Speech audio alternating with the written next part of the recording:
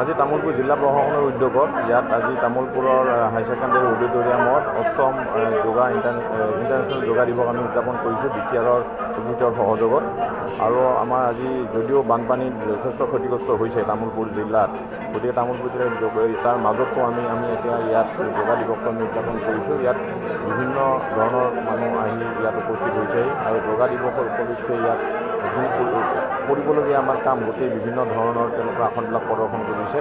আৰু মই ভাবোঁ যোগাটো আমাৰ মানুহৰ জীৱনৰ এটা প্ৰয়োজনীয় আমাৰ ওতঃপ্ৰোতভাৱে জড়িত এটা মানে কৰিবলগীয়া বস্তু।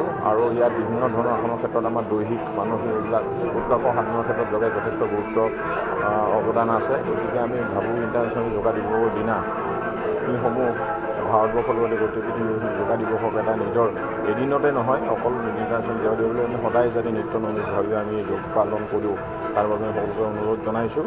আৰু আমি ইয়াত জিলা প্ৰশাসনে আজি সুন্দৰভাৱে ইয়াত আমাৰ যোগা দিৱসৰ আজি অৱসৰখিনি আমি ইয়াত উদযাপন কৰিছোঁ।